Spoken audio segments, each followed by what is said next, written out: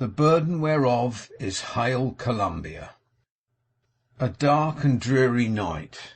People nestling in their beds or circling late about the fire. Want, colder than charity, shivering at the street corners. Church towers humming with the faint vibration of their own tongues, but newly resting from the ghostly preachment one. The earth covered with the sable pall, as for the burial of yesterday. The clumps of dark trees, its giant plumes of funeral feathers, waving sadly to and fro.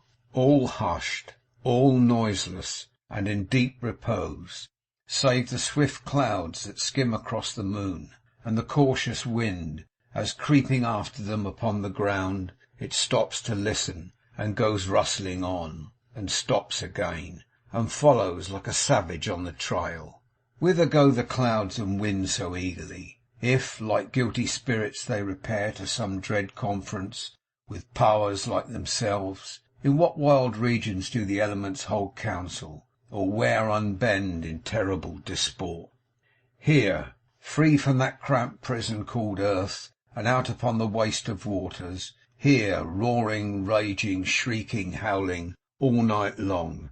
Hither come the sounding voices from the caverns on the coast of that small island, sleeping 1,000 miles away, so quietly in the midst of angry waves, and hither, to meet them, rush the blasts from unknown desert places of the world.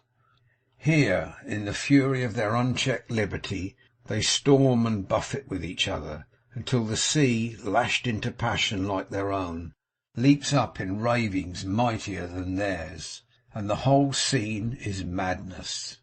On, over the countless miles of angry space roll the long heaving billows.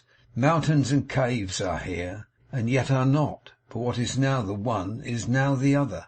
Then all is but a boiling heap of rushing water, pursuit and flight, and mad return of wave on wave, and savage struggle, ending in a spouting up of foam that whitens the black night. Incessant change of place and form and hue, constancy in nothing, but eternal strife. On they roll, and darker grows the night, and louder howls the wind, and more clamorous and fierce become the million voices in the sea, when the wild cry goes forth upon the storm. A ship! Onward she comes, in gallant combat with the elements, her tall masts trembling, and her timbers starting on the strain. Onward she comes, now high upon the curling billows, now low down in the hollows of the sea, as hiding for the moment from its fury. And every storm voice in the air and water cries more loudly yet, a ship! Still she comes striving on, and at her boldness and the spreading cry, the angry waves rise up above each other's hoary heads to look, and round about the vessel, as far as the mariners on the decks can pierce into the gloom, they press upon her, forcing each other down, and starting up, and rushing forward from afar in dreadful curiosity. High over her they break, and round her surge and roar, and giving place to others, moaningly depart, and dash themselves into fragments in their baffled anger. Still she comes forward, still she comes onward bravely, and though the eager multitude crowd thick and fast upon her all the night, and dawn of day discovers the untiring train yet bearing down upon the ship in an eternity of troubled water, onward she comes, with dim lights burning in her hull, and people there asleep, as if no deadly element were peering in at every seam and chink, and no drowned seaman's grave, with but a plank to cover it, were yawning in the unfathomable depths below. Among these sleeping voyagers were Martin and Mark Tapley, who, rocked into heavy drowsiness by the unaccustomed motion, were as insensible to the foul air in which they lay as to the uproar without. It was broad day when the latter awoke, with a dim idea that he was dreaming of having gone to sleep in a four-post bedstead which had turned bottom upwards in the course of the night. There was more reason in this too than in the roasting of eggs, for the first objects Mr. Tapley recognized when he opened his eyes were his own heels, looking down to him, as he afterwards observed from a nearby perpendicular elevation. "Well," said Mark, getting himself into a sitting position, after various ineffectual struggles with the rolling of the ship, "this is the first time I ever stood on my head all night." "You shouldn't go to sleep upon the ground with your head to leeward, then," growled a man in one of the berths. "With my head where?" asked Mark. The man repeated his previous sentiment. "No, I won't another time," said Mark, "when I know whereabouts on the map that country is. In the meanwhile, I can give you a better piece of advice. Don't you, nor any other friend of mine, never go to sleep with his head in the ship any more." And the man gave a grunt of discontented acquiescence, turned over in his berth, and drew his blanket over his head. "For," said Mr Tapley, pursuing the theme by way of a soliloquy in a low tone of voice, "the sea is as nonsensical a thing as any going. It never knows what to do with itself. It hasn't got no employment for its mind, and is always in a state of vacancy, like them polar bears in the wild beast shows as is constantly a nodding their heads from side to side. It never can be quiet, which is entirely owing to its uncommon stupidity." "Is that you, Mark?" asked a faint voice from another berth. "It's as much of me as is left, sir, after a fortnight of this work," Mr Tapley replied. "What with leading the life of a fly ever since I've been aboard, for I've been perpetually holding on to something or other in an upside down position, what with that, sir, and putting a very little into myself, and taking a good deal out of myself, there ain't too much of me to swear by. How do you find yourself this morning, sir?" "Very miserable," said Martin, with a peevish groan. "Ugh! This is wretched indeed." "Creditable," muttered Mark, pressing one hand upon his aching head, and looking round him with a rueful grin. "That's the great comfort. It is creditable to keep up one's spirits here. Virtue's its own reward. So's jollity." Mark was so far right that unquestionably any man who retained his cheerfulness among the steerage accommodations of that noble and fast-sailing line of packet ship, the Screw, was solely indebted to his own resources, and shipped his good humour, like his provisions, without any contribution or assistance from the owners. A dark, low, stifling cabin, surrounded by berths all filled to overflowing with men, women, and children, in various stages of sickness and misery, is not the liveliest place of assembly at any time. But when it is so crowded, as the steerage cabin of the Screw was, every passage out, that mattresses and beds are heaped upon the floor, to the extinction of everything like comfort, cleanliness, and decency, it is liable to operate not only as a pretty strong banner against amiability of temper, but as a positive encourager to selfish and rough humours. Mark felt this as he sat looking about him, and his spirits rose proportionally. There were English people, Irish people, Welsh people, and Scotch people there, all with their little store of coarse food and shabby clothes, and nearly all with their families of children. There were children of all ages, from the baby at the breast to the slattern girl who was as much a grown woman as her mother.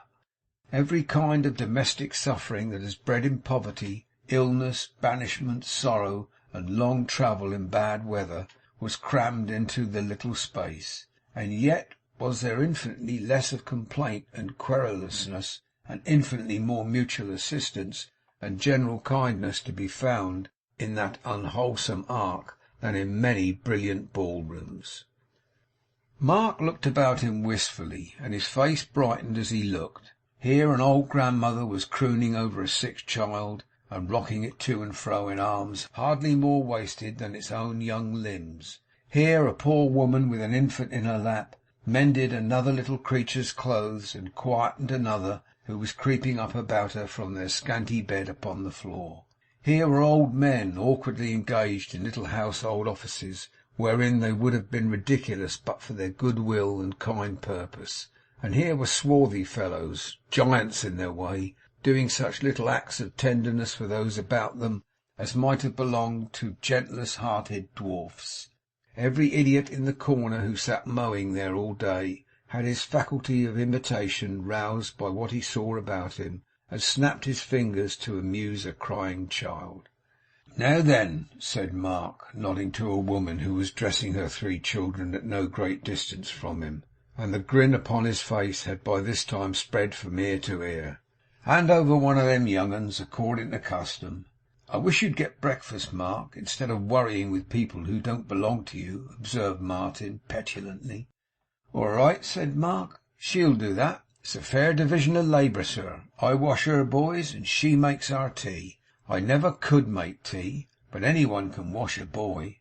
The woman, who was delicate and ill, felt and understood his kindness as well she might, for she had been covered every night with his greatcoat, while he had for his own bed the bare boards and a rug.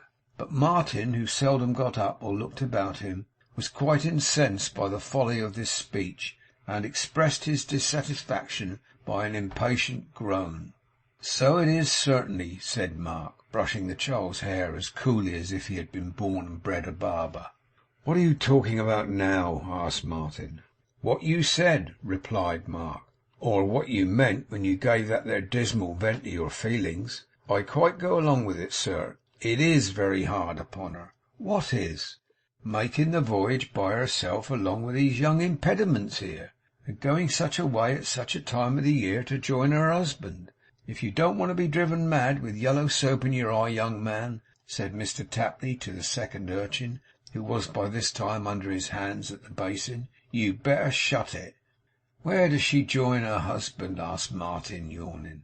'Why, I'm very much afraid,' said Mr Tapley in a low voice, 'that she don't know. I hope she mayn't miss him, but she sent her last letter by hand, and it don't seem to have been very clearly understood between 'em without it. And if she don't see him a waving his pocket handkerchief on the shore, like a picture out of a song book, my opinion is she'll break her heart.' 'Why, how, in folly's name, does the woman come to be on board ship on such a wild goose venture?' cried Martin. Mr Tapley glanced at him for a moment as he lay prostrate in his berth, and said very quietly, 'Ah, how indeed! I can't think. He's been away from her for 2 year. She's been very poor and lonely in her own country, and has always been a looking forward to meeting him. It's very strange she should be here. Quite amazing. Little mad, perhaps. There can be no other way of accounting for it.' Martin was too far gone in the lassitude of sea sickness to make any reply to these words, or even to attend to them as they were spoken; and the subject of their discourse, returning at this crisis with some hot tea, effectually put a stop to any resumption of the theme by Mr Tapley, who, when the meal was over and he had adjusted Martin's bed, went up on deck to wash the breakfast service, which consisted of 2 half-pint tin mugs and a shaving pot of the same metal. It is due to Mark Tapley to state that he suffered at least as much from seasickness as any man, woman, or child on board, and that he had a peculiar faculty of knocking himself about on the smallest provocation, and losing his legs at every lurch of the ship. But he resolved, in his usual phrase, to come out strong under disadvantageous circumstances. He was the life and soul of the steerage, and made no more of stopping in the middle of a facetious conversation to go away and be excessively ill by himself, and afterwards come back in the very best and gayest of tempers to resume it, than if such a course of proceeding had been the commonest in the world. It cannot be said that his illness wore off. His cheerfulness and good nature increased, because they would hardly admit of any augmentation; but his usefulness among the weaker members of the party was much enlarged, and at all times and seasons he was there exerting it. If a gleam of sun shone out of the dark sky, down Mark tumbled into the cabin, and presently up he came with a woman in his arms, or half a dozen children, or a man, or a bed, or a saucepan, or a basket, or something animate or inanimate that he thought would be the better off for the air. If an hour or two of fine weather in the middle of the day tempted those who seldom or never came on deck at other times to crawl into the longboat, or lie down upon the spare spars and try to eat there, in the centre of the group was Mr Tapley, handing about salt beef and biscuit, or dispensing tastes of grog, or cutting up the children's provisions with his pocket knife for their greater ease and comfort, or reading aloud from a venerable newspaper, or singing some roaring old song to a select party, or writing the beginnings of letters to their friends at home for people who couldn't write, or cracking jokes with the crew, or nearly getting blown over the side, or emerging half drowned from a shower of spray, or lending a hand somewhere or other, but always doing something for the general entertainment. At night, when the cooking fire was lighted on the deck, and the driving sparks that flew among the rigging, and the clouds of sails seemed to menace the ship with certain annihilation by fire, in case the elements of air and water failed to compass her destruction, there, again, was Mr Tapley, with his coat off and his shirt sleeves turned up to his elbows, doing all sorts of culinary offices, compounding the strangest dishes, recognized by every one as an established authority, and helping all parties to achieve something which, left to themselves, they never could have done, and never would have dreamed of. In short, there never was a more popular character than Mark Tapley became on board that noble and fast-sailing line of packet ship, the Screw; and he attained at last to such a pitch of universal admiration that he began to have grave doubts within himself whether a man might reasonably claim any credit for being jolly under such exciting circumstances. "If this was going to last," said Tapley, "there'd be no great difference, as I can perceive, between the Screw and the Dragon. I never am to get credit, I think. I begin to be afraid that the Fates is determined to make the world easy to me." "Well, Mark," said Martin, near whose berth he had ruminated to this effect, "when will this be over?" "Another week, they say, sir," returned Mark, "will most likely bring us into port. The ships are going along at present as sensible as a ship can, sir, though I don't mean to say that's very high praise." "I don't think it is indeed," groaned Martin. "You'd feel all the better for it, sir, if you was to turn out," observed Mark. "And be seen by the ladies and gentlemen on the after deck," returned Martin, with a scornful emphasis upon the words, "mingling with the beggarly crowd that are stowed away in this vile hole. I should be greatly the better for that, no doubt." "I'm thankful that I can't say from my own experience what the feelings of a gentleman might be," said Mark, "but I should have thought, sir, as a gentleman would feel a deal more uncomfortable down here than up in the fresh air, especially when the ladies and gentlemen in the after cabin know just as much about him as he does about them, and are likely to trouble their heads about him in the same proportion. I should have thought that certainly." "I'll tell you then," rejoined Martin, "you would have thought wrong, and do think wrong." "Very likely, sir," said Mark, with imperturbable good temper. "I often do. As to lying here," cried Martin, raising himself up on his elbow, and looking angrily at his follower, "do you suppose it's a pleasure to lie here?" "All the madhouses in the world," said Mr Tapley, "couldn't produce such a maniac as the man must be who could think that." "Then why are you for ever goading and urging me to get up?" asked Martin. "I lie here because I don't wish to be recognized, in the better days to which I aspire, by any purse-proud citizen, as the man who came over with him among the steerage passengers. I lie here because I wish to conceal my circumstances and myself, and not to arrive in a new world badged and ticketed as an utterly poverty-stricken man. If I could have afforded a passage in the after cabin, I should have held up my head with the rest. As I couldn't, I hide it. Do you understand that?" "I am very sorry, sir," said Mark. "I didn't know you took it so much to heart as this comes to." "Of course you didn't know," returned his master. "How should you know, unless I told you? It's no trial to you, Mark, to make yourself comfortable and to bustle about. It's as natural for you to do so under the circumstances as it is for me not to do so." "Why, you don't suppose there is a living creature in this ship who can, by possibility, have half so much to undergo on board of her as I have, do you?" he asked, sitting upright in his berth and looking at Mark with an expression of great earnestness, not unmixed with wonder. Mark twisted his face into a tight knot, and with his head very much on one side, pondered upon this question, as if he felt it an extremely difficult one to answer. He was relieved from his embarrassment by Martin himself, who said, as he stretched himself upon his back again and resumed the book he had been reading, "But what is the use of my putting such a case to you, when the very essence of what I have been saying is, that you cannot by possibility understand it?" Make me a little brandy and water, cold and very weak, and give me a biscuit, and tell your friend, who is a nearer neighbour of ours than I could wish, to try and keep her children a little quieter tonight than she did last night. That's a good fellow.'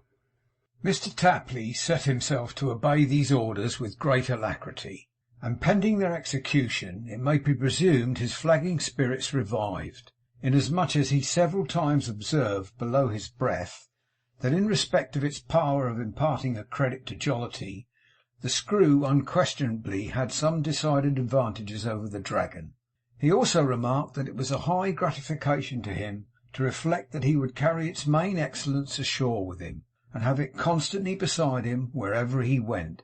But what he meant by these consolatory thoughts he did not explain.